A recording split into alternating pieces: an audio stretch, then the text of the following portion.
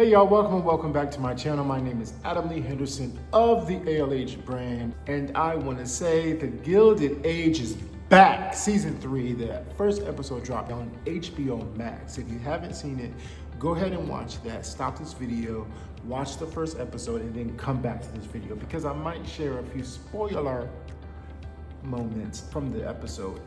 I'm telling you, I'm excited. A long-awaited season 3 is finally here.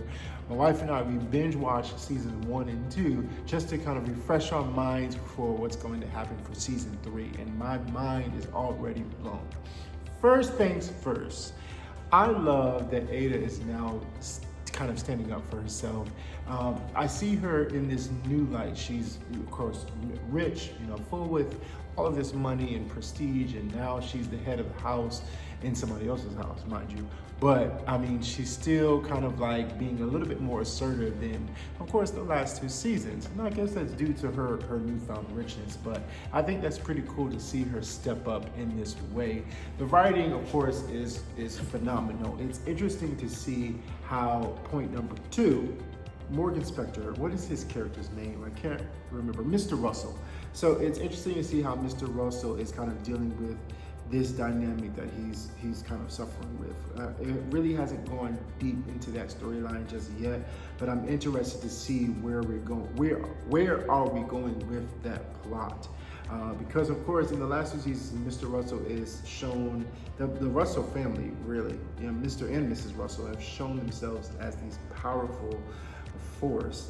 Whatever they want, they literally get their way, no matter what it costs. And so it's interesting to see this. And I think at the end of this second season, I saw a humanistic side. Of course, we saw that kind of strike that was going on, and it was going to go through a battle. And it was interesting to see that. Now, one thing that I really enjoyed from this first episode is the secretary. I can't recall her name. I'm not good with names. I'm just like, I know their face, but I think her name is what, Peggy?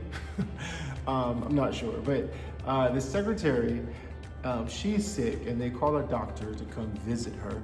And the doctor goes upstairs, comes back down immediately, and refuses to address her. And I think that's interesting that they're showing now this racism and prejudice life of, blacks and whites. Of course, it was shown when they went south last season. They went to Alabama. That was interesting, but now they're back home in New York, and I see this dynamic, and I think that's pretty cool to see that displayed. And I'm wondering how they're going to address that moving forward. I know that there's some tension, of course.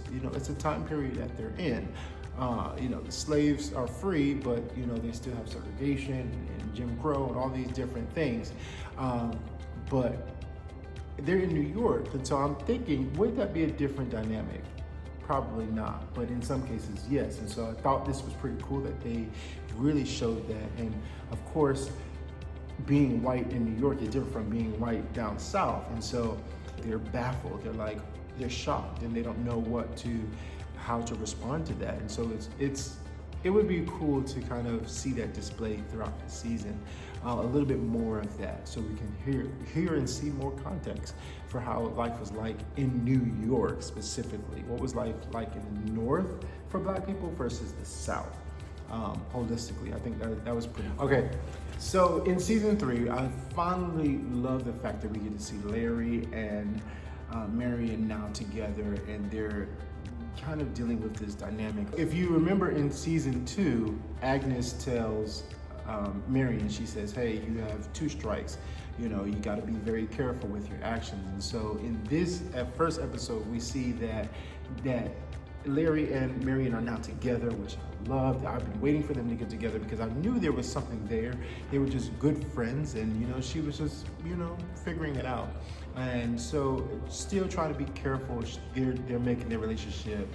He's ready. He can't wait for the world to know that he's in love with this girl, and she's still just trying to make sure she saves her image because she had 2 suitors that failed, and she don't want to look like, I guess, the town skank, if you will. I don't know. It's interesting, but the Gladys situation, Gladys seemed older. Of course, time had passed, and so of course they're gonna pick up where they left off. And so it's interesting that, you know, she's still portraying this young person, but the Gladys and Billy situation, that's a bit interesting to see. That I cannot wait to see how it plays out with Mrs. Russell and how she's trying to, what it seems like, you know, save Gladys for the Duke. And you hear Miss Russell talk about that a little bit more vocally, how she's trying to protect her and save her for something great, like becoming the Duchess. You know, she wants her to be prepared to marry the Duke, and she's already in love with this guy, Billy, who has proposed, and they're ready to get married. And so she's waiting for her father to get home, who's in Arizona. And so she wants to, you know, her father to be on her side, because, hey, he said in the last season, whoever you decide to be with, I'm gonna back you no matter what. And so she's waiting for her dad to come home so she can talk to her father, and then, you know, Billy can meet her father and ask him respectfully, you know, how things go back in the day. And so I think that's interesting. I'm wondering if he is going to go back on his word.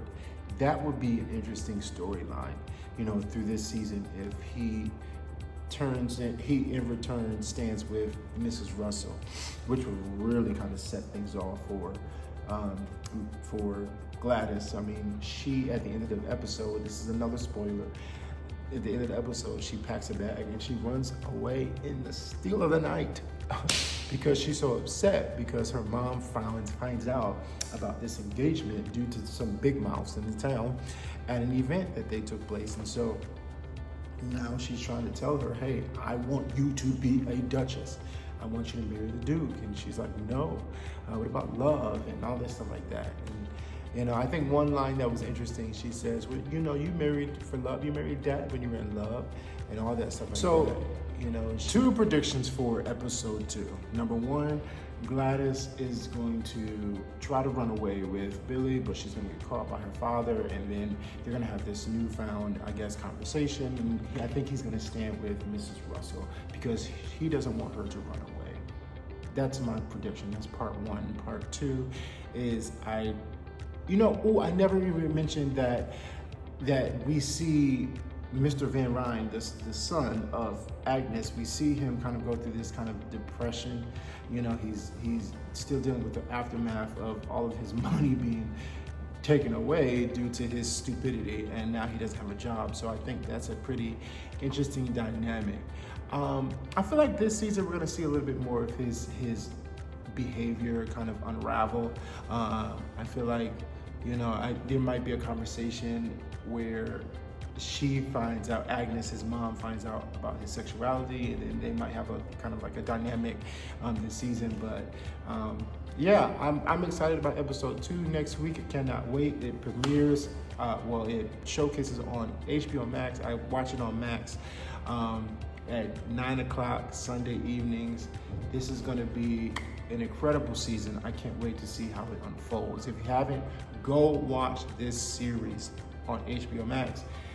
Watch season 1, season 2, and then jump right in to season 3, which is current.